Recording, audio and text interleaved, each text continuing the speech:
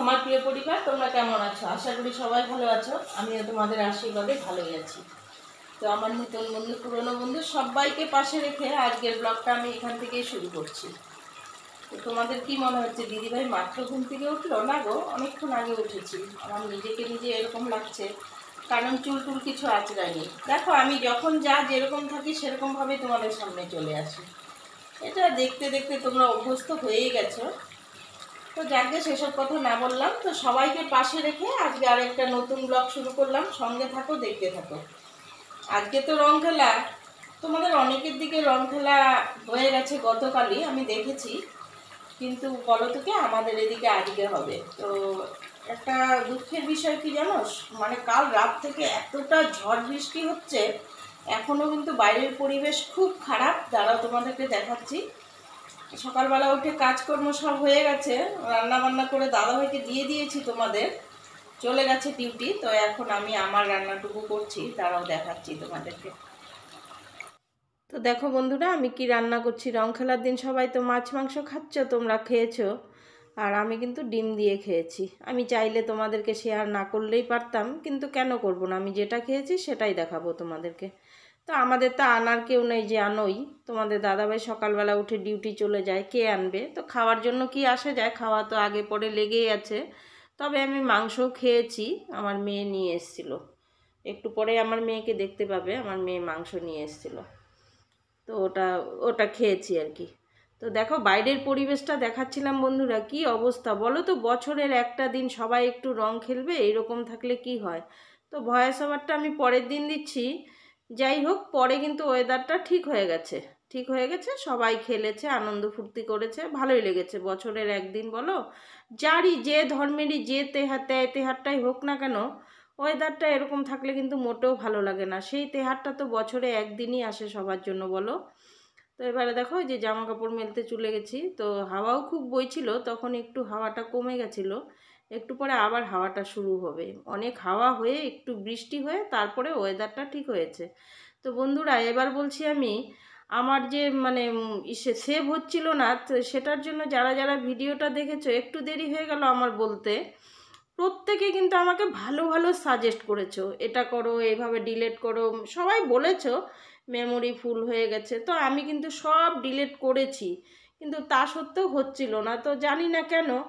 তারপর হঠাৎ করে না একা একাই ব্রেনে এলো, আচ্ছা মেমোরিটাই খুলে ফেলে দিত। আমারও মেমোরি নেই, আমার মোবাইলও মেমোরি ছাড়াই চলুক, তাই না বলো?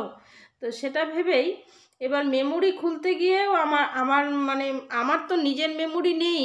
মেমোরি খুলতে গিয়ে যতটুকু ছিল ওই মেমোরিও আউট হয়ে গেল। তারপরে কি করব, একে ওকে ফোনাফুনি করে তারপর মেমোরিটা রাতের বেলা খুলে ফেললাম। তো চাইলে তোমাদের দাদাভাইকে বলতে পারতাম, কিন্তু ওই যে আমি বলবো না, তোমাদেরকে এর আগেও বলেছি আমি বলবো না। তো তোমাদের দাদাভাই সবই শুনছে, ওর সামনে ফোনাফুনি হচ্ছে, এবং আমার মেয়েরা ফোন করেছে, মেয়েদের সঙ্গে কথা বলেছি, সবটাই শুনেছে। ও একবারও জিজ্ঞেস করেনি যে কি হয়েছে। তো আমি যে বলতে যাব কেন, তো সেই মতো আমি আর বলিনি। তো যাই হোক, সেফটি পিন দিয়ে গুতিয়ে গাতিয়ে কোনোভাবে ওই আমার মোবাইলেরও মেমোরি খুলে দিলাম। এবার মেমোরি খোলার পরও যে ভিডিও করা যায় সেটা আমার জানা ছিল না। আর মানে মেমোরি ছাড়া যে আপলোড হয় বা কিছু, এটা জানা ছিল না। যাক, এটাও একটা অভিজ্ঞতা হলো আমার। তো এখন কিন্তু মেমোরি ছাড়া চলছে। তো একটা বিষয় মিল কোথায় হলো বলো তো, আমারও মেমোরি নেই, আমার মোবাইলেরও মেমোরি নেই কিন্তু।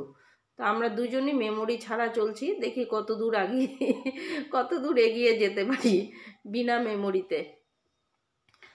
তো বন্ধুরা, তারপর দেখো ওই যে ঘরটা মুছে নিচ্ছে, ঘরটা মুছে তারপর অন্য কাজগুলো আছে ওগুলো টুকটাক করে করব। তো তাই বলছি, তোমরা সবাই এত ভালো ভালো কমেন্ট করেছো না সেদিন, তো আমার বলাই হয়নি। আমি ভিডিও গেছে এরপরে, তো অনেক কথাই বলেছি, তো এই বিষয়ে আর বলাই হয়নি। তো এখনও কিন্তু অনেকে কমেন্ট করে জিজ্ঞেস করো, দিদিভাই মোবাইল ঠিক হয়েছে? হ্যাঁ গো, ঠিক হয়েছে। ঠিক না হলে আপলোড কোথার থেকে দিতাম বলো? প্রত্যেকেই ভালো সাজেস্ট করেছো, মানে প্রায় একই রকম ছিল জানি, এটাই সবাই যেটা জানো সেটাই বলেছো। হ্যাঁ, বিশেষ করে আমার রেহানা মেয়ে অনেক দুঃখ করেছে, মাগো তোমার হোয়াটসঅ্যাপ নাম্বার নেই, তাহলে আমি অন কলে বলে দিতাম। সত্যি মাগো, খুব কষ্ট হয়, তোমার সঙ্গে খুব ইচ্ছে হয় আমার কথা বলতে। ধৈর্য রেখো, যদি আল্লাহ চায় নিশ্চয়ই হবে কথা। তো জানি না, আল্লাহ চেয়েছিল বলে আমার কিন্তু রেখার সঙ্গে যোগাযোগ আছে, সেই কথাটা বলেই দিলাম। আমার কিন্তু রেখার ফোন নাম্বার আছে আমার কাছে। তো মা, কোনোভাবে যদি রেখার সঙ্গে যোগাযোগ করতে পারো তুমি, তবে রেখার থেকে আমার নাম্বারটা নিয়ে নিও। আমি অন কলে তোমাকে বলে দিলাম। আরে অন কলে বলছি কেন, সরি, অন ক্যামেরায় বলে দিলাম। জানি না এটাতে কোনো ক্ষতি হবে কি না, আর হলে হোক, ক্ষতির আর কি, এমনিও ভিউ হয় না, কিছু হয় না, আর কি ক্ষতি হবে। চ্যানেলটা তো থাকবে, আমার কিছু হোক চাই না হোক, আমার চ্যানেলটা থাক, তাহলেই হবে। চ্যানেলটা যেন হ্যাক না হয়ে যায়, কেঁদে মরে যাব আমি। তো তোমাদের সবার সঙ্গে যোগাযোগ করতে পারবো না, এটাই আর কি, এছাড়া আর কিছুই না। তো ক্ষতি হলে হবে, বলে দিলাম। মা, তোমার সঙ্গে আমার খুব কথা বলতে ইচ্ছা করে, আমার প্রত্যেকটা মেয়ের সঙ্গে যোগাযোগ আছে, কথা বলি, কিন্তু জানি না, আল্লাহ চাইলে নিশ্চয়ই হবে। ধৈর্য রাখো, তুমিও ধৈর্য রাখো, আমিও ধৈর্য রাখি, নিশ্চয়ই কথা হবে একদিন। তো এটাই বললাম, এখন কিন্তু বিনা মেমোরিতে চলছি। আর জানো তো বন্ধুরা, এবছর কিন্তু আমি একজন নতুন লোকের সঙ্গে হোলি খেলেছি, জানো তো। মানে আমার জীবনে প্রথম নতুন লোক। আর সত্যি কথা কি, এই লোকটা আমার কাছে আসার পর এখনো লোক হয়ে উঠেনি সে। তোমাদের আশীর্বাদে, ভালোবাসায়, দয়ায় একদিন সে লোক হয়ে উঠবে। এই যে হলো সেই লোকটা।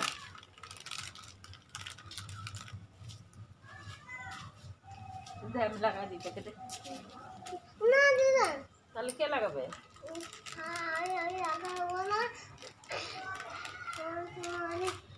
এখানে লাগাবো।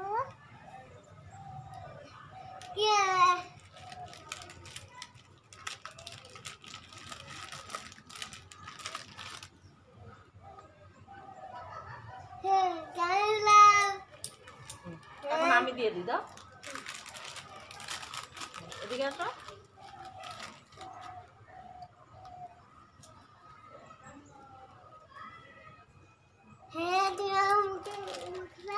হোলি হ্যাঁ, জান না না, আমার হাতে থাকে হোলি হ্যাঁ। হ্যাঁ, হয়ে গেছে খেলা, চলো এখন স্নান করি গা। তো বন্ধুরা দেখো, আমার নাতি হোলি খেলবে বলে চেঁচামেচি করছিল, এই যে একটু হোলি খেলে নিলাম ওর সঙ্গে। হ্যাঁ, বন্ধুকে বলি, বন্ধুরা দেখুন আমি হোলি খেলছি। বলো, আবার বলো, আমি হোলি খেলছি দেখুন।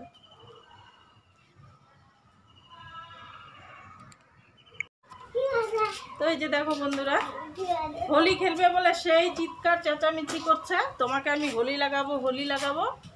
তো বাধ্য হয়ে নিজে যেচেই দিলাম, কি আর করা যাবে বলো। স্নান করতে যাচ্ছে না, বললো আগে হোলি খেলবো তারপর স্নানে যাব। তো এই যে একটু খেলে নিলাম, এটাও একটা মুহূর্ত বলো, স্মৃতি হয়ে থাকবে আমার জীবনে। চলো এবার ওকে স্নান করিয়ে দিই। আসো শোনা, চলো স্নান করবে। তো দেখো বন্ধুরা, যখন আমার নাতিকে হোলি লাগানো হয়ে গেল, স্নান করাতে আসবো, তখন এই যে পাড়ার সবাই এসছিল, এসে বলল যে দাও একটু রং দেবো। তো তারাই দিয়ে গেছে, সেটাই তোমাদেরকে দেখালাম। আর আমি কিন্তু বলছিলাম চশমা ছাড়া কিছুই চোখে দেখছি না আমি। তো সন্ধেবেলায় চলে এলাম আমার নাতির জন্য এটা খাবার বানাতে। জানি না এটা পাও ভাজি বলবে না কি বলবে তোমরা, আমার জানা নেই। ওই গোল বনগুলো হয় না, ওগুলো মাঝখান থেকে কেটে ডিম দিয়ে ভেজে দিয়েছি ওকে খাবার জন্য। আর আমার মেয়েকে দেখতে পেলে পেছনে, ওই যে বললাম মেয়ের বাড়ির থেকে মাংস দিয়ে গেছিলো, ওই মেয়েই মাংসটা নিয়ে এসছে। তো বললাম বাবা, আমার গায়ে এত রং লেগে আছে, তুই তাহলে এসছিস যখন ভাইকে একটু স্নানটা করিয়ে দিয়ে যা। তো স্নান করাচ্ছিল। তো আর সারাদিন কোনো ভিডিওই করিনি, ওকে এটা দিয়ে ওই যে খেতে দিয়ে দিয়েছি, খেয়ে নিচ্ছে ও। দেখো গরম লেগেছে কীরকম করলো। তো এবার আমার এই ভদ্রলোকের সঙ্গে রং খেলা হয়েছে, তোমাদের কার কেমন লাগলো আমাকে কমেন্টে বলো। সবাই ভালো থেকো, সুস্থ থেকো।